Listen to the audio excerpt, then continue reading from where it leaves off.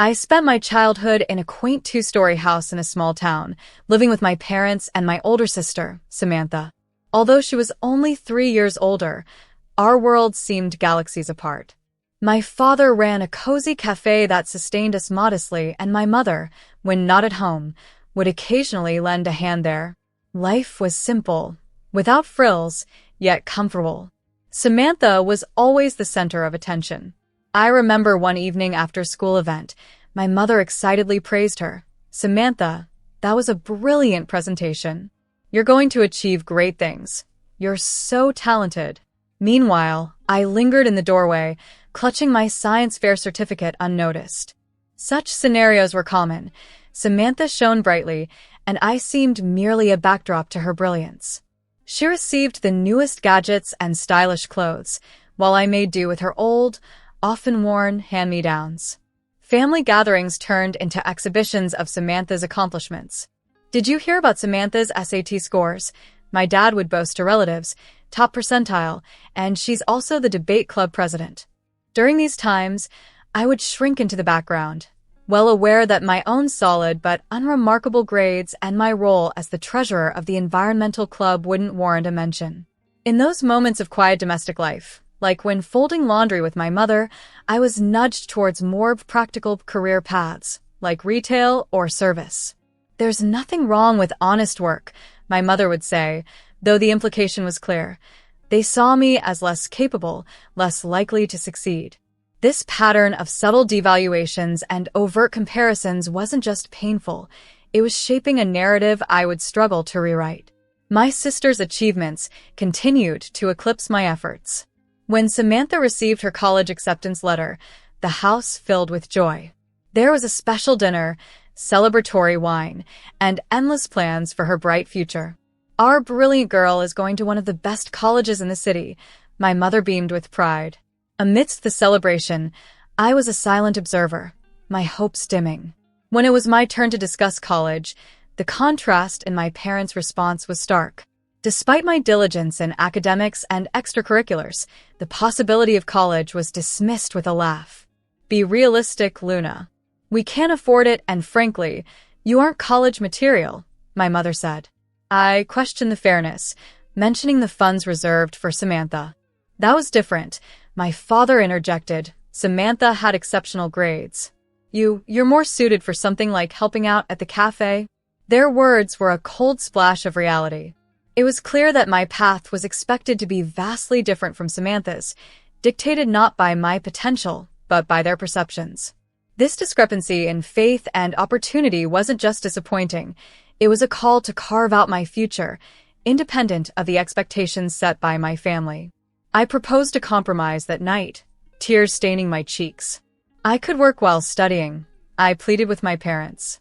We could take a loan or ask relatives for help. "I promise I'll repay every cent, with interest. We could even get a legal agreement," but my mother's response was as cold as the night air. "We never borrow money, it's against our principles, and we're not starting now for you. You need to accept this and look for a job instead." That night was long and sorrowful, but as dawn broke, my despair turned into determination. I turned to the only ones who truly believed in me, my grandparents. With tears still fresh, I poured my heart out at their kitchen table. "I can't give up on going to college," I insisted. My grandfather's gaze mixed anger and sorrow. "We don't have the money," he admitted, "but I'll see what I can do. No grandchild of mine will have their dreams crushed." The weeks that followed were an emotional whirlwind. My hopes plummeted when a bank loan application fell through, but then soared when Grandpa revealed his drastic decision. He would sell their old country home and the land it was on. The sale just covered my college tuition. I chose to study investment management in a distant city, as far away as I could get from my parents' stifling doubts. On the day of my departure, my parents didn't come to see me. Only my grandparents were there at the bus station, with Grandma's embrace warm and Grandpa trying to hide his tears. From that day, I distanced myself from my parents. During school breaks, I stayed with my grandparents in their smaller, new home, their sacrifice a constant reminder of what true family support looked like. After 5 years of dedication, I graduated with a degree in investment management and returned to my hometown, armed with big dreams and my diploma. But the reality of the job market hit hard. After numerous applications, I finally landed a job at a small trading company. It wasn't the prestigious firm I'd imagined, but it was a start. I rented a modest apartment on the town's outskirts, proud to be paying my way. Then, unexpectedly, Samantha called. Her voice was sugary sweet. It's been ages. Come over for dinner this weekend. I'd love to catch up. Despite the warning bells, I agreed, hoping that perhaps things had changed, that maybe we could reconnect as adults. I couldn't have been more wrong. The evening turned sour quickly when I realized it was a setup. My parents were there, along with Samantha's boyfriend, a slick man in an expensive suit who barely noticed me. The dinner conversation quickly turned into an interrogation. So, Luna, my mother began, her tone patronizing as she toyed with her fork, tell us about this job of yours. I steadied my voice. I'm working at a trading company. It's small, but it's a start. Samantha laughed dismissively. A trading company? Sounds like a discount store. You didn't need a college degree for that. Anyone could get that job. Unlike Samantha, Mom added proudly, who had become a manager at the city bank. The implication was clear. They still saw me as the less successful sibling, undervaluing my achievements and efforts. It was a painful reminder of why I had strived so hard to forge my path.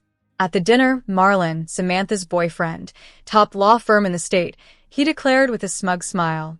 See, I told you college wasn't necessary, dear. My mom added, her words sharp, implying my education was a wasted effort on my grandfather's part. Dad joined in with a taunt, swirling his wine. My offer still stands. We could use an educated waitress at the cafe. Imagine how impressed the customers would be to hear, would you like fries with that, from someone with a college degree? Their laughter echoed around the room, but I remained silent, pushing my food around my plate, just as I had done so many times as a child. Samantha, ever the provocateur, asked with feigned ignorance, and where did you say you're living now? Though I hadn't mentioned it, I responded quietly, on Cedar Street. The table burst into exaggerated shock. Samantha covered her mouth, feigning concern. Oh, Luna, that's literally the worst part of the city. Only, well, the people who can't afford better live there. Beggars, she means. My mom interjected in a loud whisper, and their laughter filled the room again. Something inside me snapped.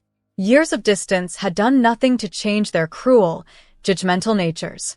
Rising abruptly, my chair scraping loudly against the floor, I found my voice. You know what? I'd rather be a beggar than be anything like you, I declared. At least I got where I am on my own, not riding on someone else's coattails or living off daddy's money. Grabbing my purse, I stormed out, their protests fading behind me as I stepped into the night, vowing never to return. Life continued with its unexpected turns. Still, at the small trading company, I felt my progress stalling until an exhilarating call one afternoon reignited my spirits. It was Lisa, my college roommate, her voice bubbling with excitement. Luna, you won't believe this.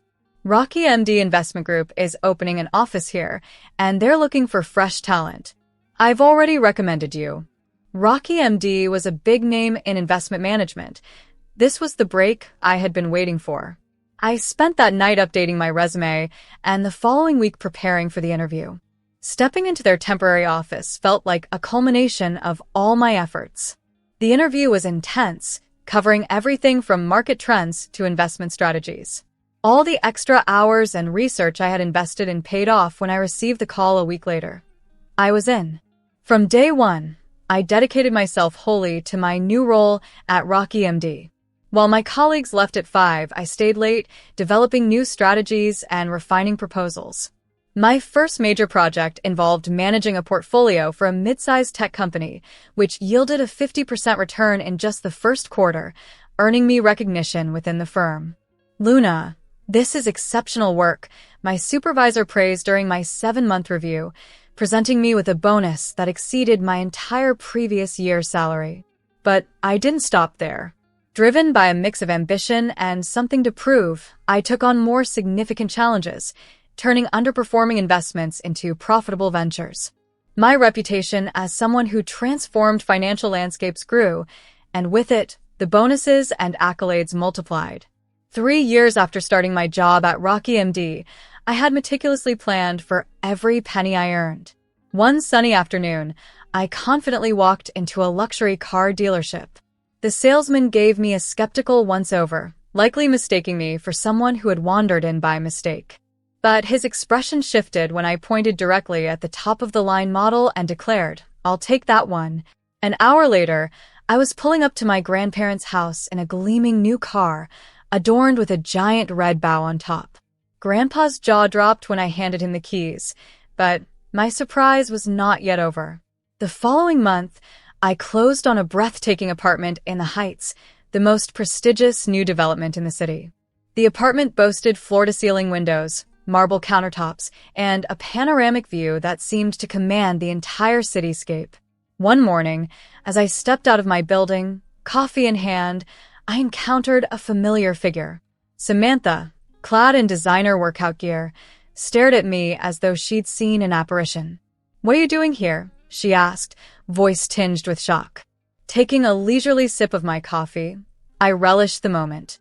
"Oh, I live here," I responded nonchalantly, gesturing towards the penthouse level. "Just bought it, actually." The look of sheer disbelief mixed with shock, and unmistakably, envy, on Samantha's face was one I'd remember for a long time. A week later, an unexpected call came from my parents, who I hadn't heard from in years. They were surprisingly in the neighborhood and wanted to visit. Out of sheer curiosity, I agreed. Their reactions upon entering my apartment were priceless. Mom's eyes darted from the sweeping windows to the sleek designer furniture, while Dad hesitated at the threshold, seemingly wary of disturbing anything. "This is quite impressive," Mom managed, her fingers tracing the surface of my marble kitchen counter. "You must be doing very well for yourself." "I am," I replied simply, motioning them towards the Italian leather sofas. They sat, exchanging uneasy glances before Mom cleared her throat. "Well, we actually have some news. Samantha is engaged to Marlon. They announced it last month at an engagement party. An engagement party to which I was notably uninvited. They're planning the wedding for 7 months from now," Mom continued, her voice taking on a wheedling tone I remembered all too well from my childhood. "We've offered to pay half the expenses, as is traditional." Dad shifted uncomfortably. "But it seems the total budget is, well, it's $500,000. I nearly choked on my water. "Marlon's family has certain expectations," Mom added hastily. "They're very prominent in the community. We announced we'd cover half before we knew the amount, and now," she trailed off, looking at me expectantly. "Now you need $250,000, I finished for her. "Exactly," Mom brightened. "And since you're doing so well, living in this beautiful apartment, working at such a prestigious firm, you want me to give you the money," I said flatly. "A loan," Dad interjected quickly. "We're asking for a loan. We'll pay you back, of course. We'll even get it notarized." "We know it's a lot," Mom said quickly, "but we can't back out now. It would be so embarrassing with Marlon's family. They're expecting a certain standard. Like when I wanted to go to college," I interrupted, recalling the painful memory of their refusal to help. "When I begged for help when I offered to sign a legal document promising to pay you back." Mom's face flushed. "That was different." "How?" "Because it was me asking? Because you told me you don't borrow money on principle." I stood up, my voice firm. "Luna, be reasonable," Dad started. "Reasonable? Like you were reasonable when you told me I wasn't college material? When you offered me a waitress job instead of helping me get an education?" The irony wasn't lost on me, nor the hypocrisy in their request. As I faced them, standing in my achievement, the contrast between their past dismissals and their current request was stark and undeniable. As my parents began pleading their case for the $250,000, I couldn't help but recall how my grandfather had to sell his beloved property just so I could afford college, while they preserved their savings for Samantha. "That's not fair," my mom protested in response to my accusations. "No, What's unfair is that you're here only because you need something from me, I countered, my voice steady. You didn't even invite me to Samantha's engagement party. We haven't spoken in years, and now suddenly you need $250,000. I walk to the door and open it wide. I don't loan money on principle. I believe that's a family tradition, isn't it? Mom's face flushed with anger. How dare you throw our own words back at us after everything we've done for you? Everything you've done for me? I laughed, the sound bitter. Please leave now. As they left, Mom muttering about my ingratitude and Dad avoiding eye contact, I felt an immense relief. For the first time, I had stood up to them on my terms, in my own space, where I had built my strength. The next day, Samantha called, skipping any pleasantries. What is wrong with you? She demanded, relaying that our mom had told her about the previous day's events. How can you be so selfish? I leaned back in my office chair, the city skyline painting a golden backdrop. Selfish? That's rich coming from you, I responded calmly. We're family, Samantha? Since when? Family helps each other, right? Where was this family when you all mocked my job, called me a beggar, and laughed at where I lived? Was I family then? Samantha was quick to dismiss my points. That was different. We were just teasing. You're being ridiculous now. No, what's ridiculous is that none of you spoke to me for years until you needed something. If you're so desperate for money, why don't you ask your parents? After all, they are your real family, I said, my voice cold. You're bitter and ungrateful. Samantha exploded. You think you're so much better than us now, with your fancy apartment and your big job. You're still the same pathetic little sister who is never good enough. The line went dead as she hung up. I sat there, surprised to find that her words didn't hurt anymore. They just made me tired.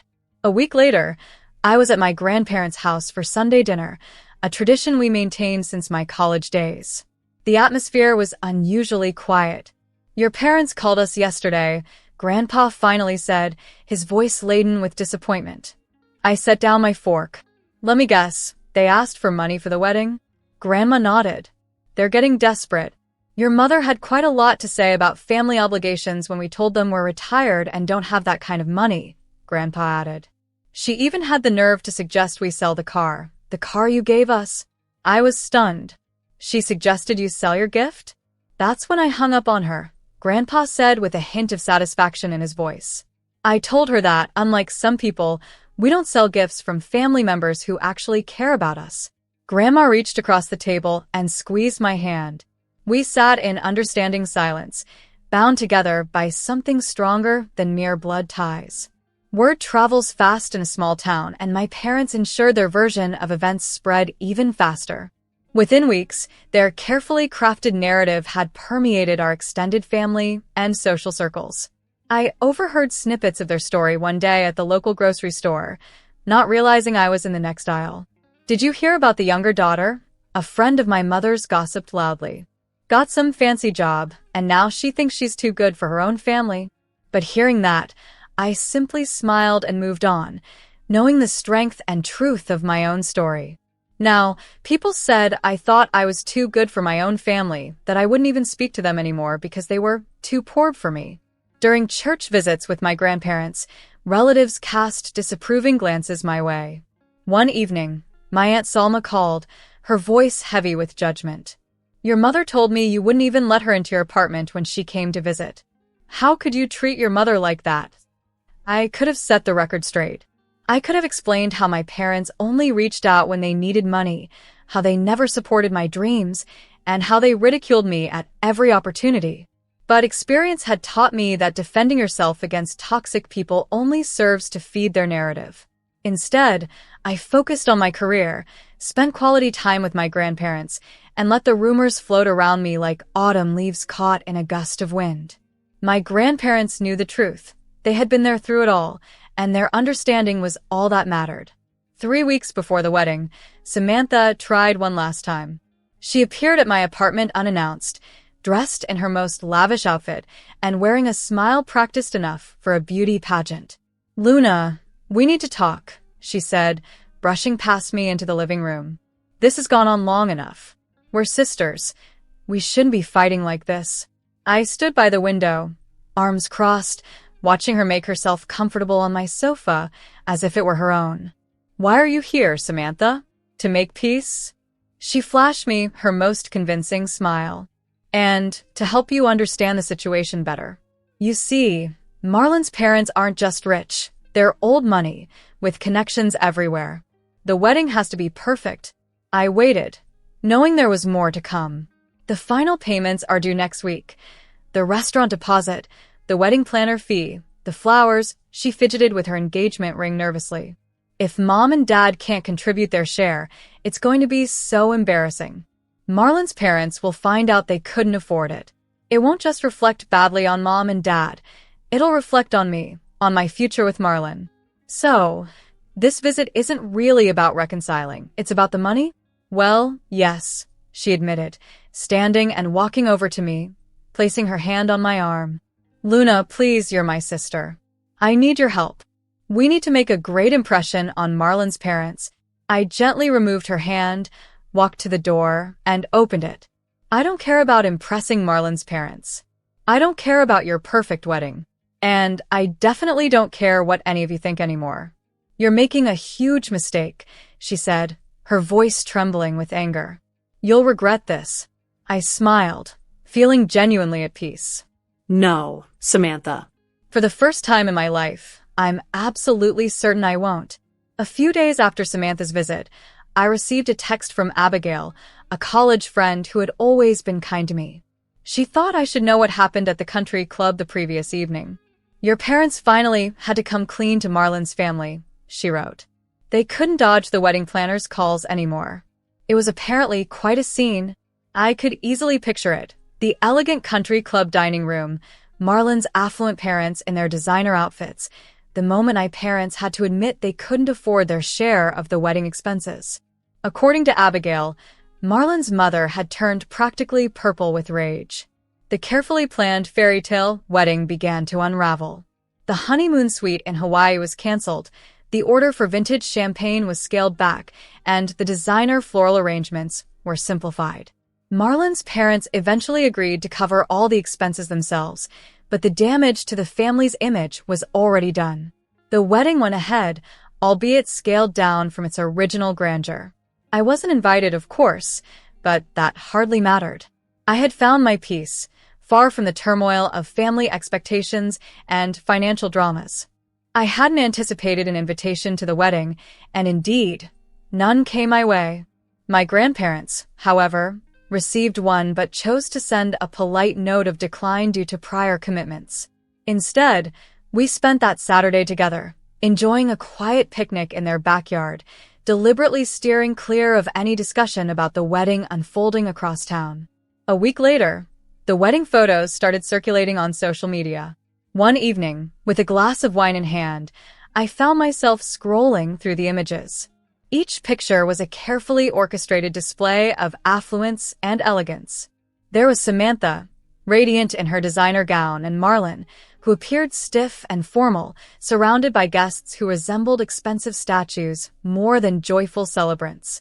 My parents were easy to spot, dressed in new outfits likely charged to credit cards, trying desperately to fit into that world of old money and country club prestige. Yet, their smiles seemed forced, their poses awkward. Marlon's parents were present in only a few photos, their expressions oscillating between barely concealed disdain and outright displeasure.